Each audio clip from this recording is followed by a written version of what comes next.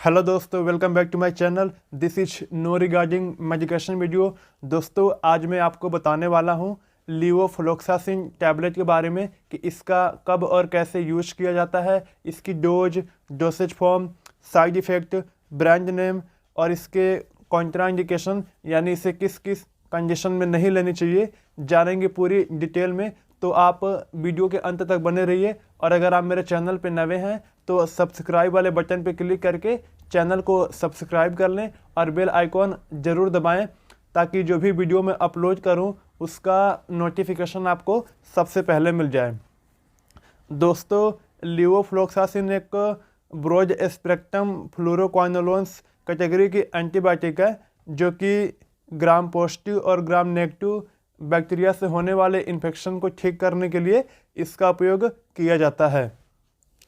दोस्तों, इसका उपयोग तब किया जाता है जब फ्लोरोक्विनोलोन्स कैटेगरी की बाकी दवाइयाँ मरीज पे काम करना बंद कर देती हैं, जैसे ओफ्लोक्सासिन, सिप्रोफ्लोक्सासिन, नॉरफ्लोक्सासिन।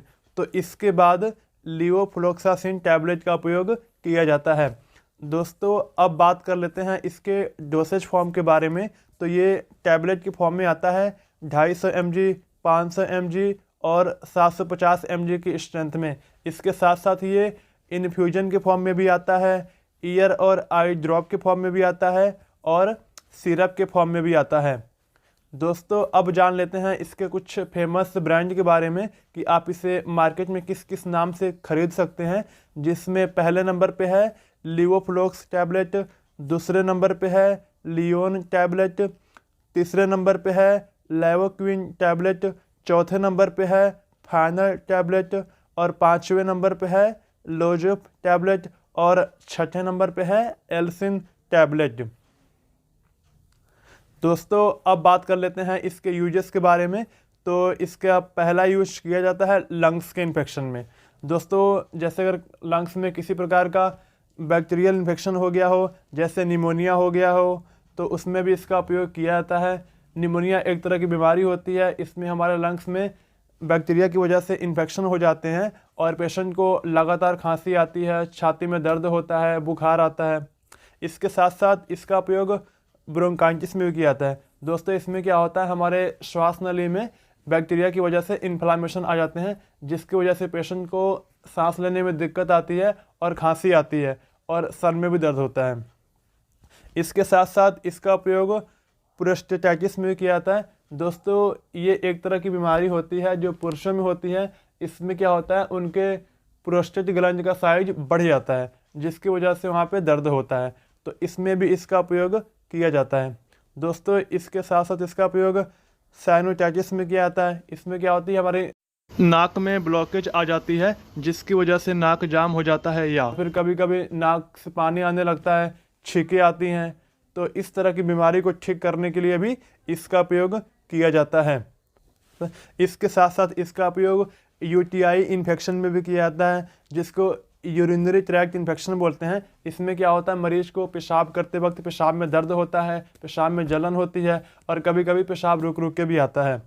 इसके साथ साथ इसका उपयोग दोस्तों पेल्विक इन्फ्लामेटरी डिसीज में भी किया जाता है, जो कि एक महिलाओं की बीमारी होती है। इसमें उनके वजाइना, यूट्रस, फैलोपियन ट्यूब में क्या होता है, बैक्टीरिया की वजह से इन्फ्लामेशन आते हैं, जिसमें उनको वही सेम लक्षण आते हैं, पेशाब में जलन होगी, पेशाब में दर्द होगा, पेशाब रुक रुक के आएगा। तो इस तरह की बीमारियों को भी ठीक करने के लिए इसका उपयोग किया जाता है। इसके साथ साथ दोस्तों इसका उपयोग स्किन इन्फेक्शन में किया जाता है, कि जैसे कभी कभी फंगल इन्फेक्शन में खारिश करते करते बैक्टीरिया का भी इन्फेक्शन हो जाता है, तो उसमें भी इसका उपयोग किया जाता है। दोस्तों, इसके अलावा इसका उपयोग एंथ्रेक्स में भी किया जाता है। दोस्तों, एंथ्रेक्स एक बीमारी होती है जो ज़्यादातर एनिमल्स में होता है। इसमें क्या होता है, कभी कभी व्यक्ति एनिमल्स के कांटेक्ट में आ जाता है, तो अगर किसी एनिमल्स को एंथ्रेक्स की प्रॉब्लम है तो वो एंथ्रेक्स की बीमारी उसमें से पुरुषों में ट्रांसफ़र हो जाता है।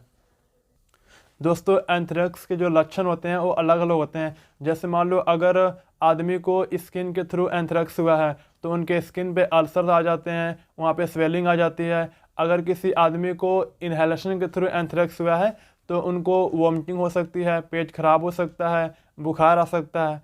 तो इस तरह की बीमारियों को भी ठीक करने के लिए लीवोफ्लोक्सासिन टैबलेट बहुत अच्छा काम करता है।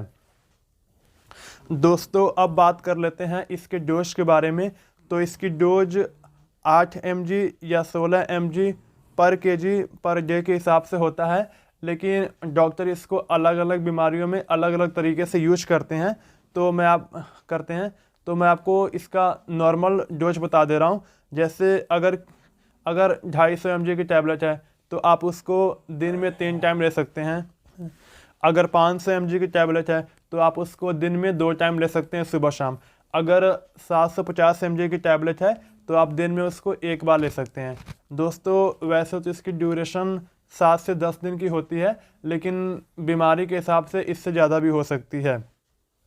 दोस्तों अब जान लेते हैं इसके साइड इफ़ेक्ट के बारे में।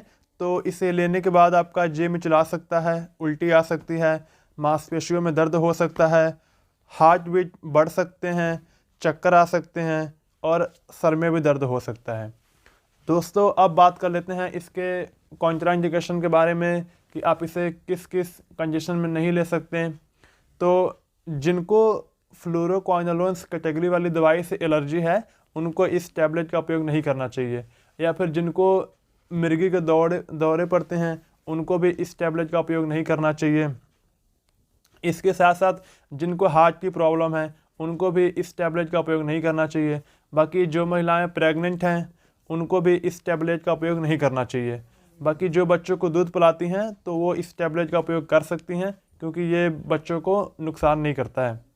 दोस्तों अगर ये जानकारी आपको अच्छी लगे तो वीडियो को लाइक करें, और ऐसे ही दवाइयों से संबंधित जानकारी पाने के लिए मेरे चैनल को सब्सक्राइब करें। धन्यवाद दोस्तों।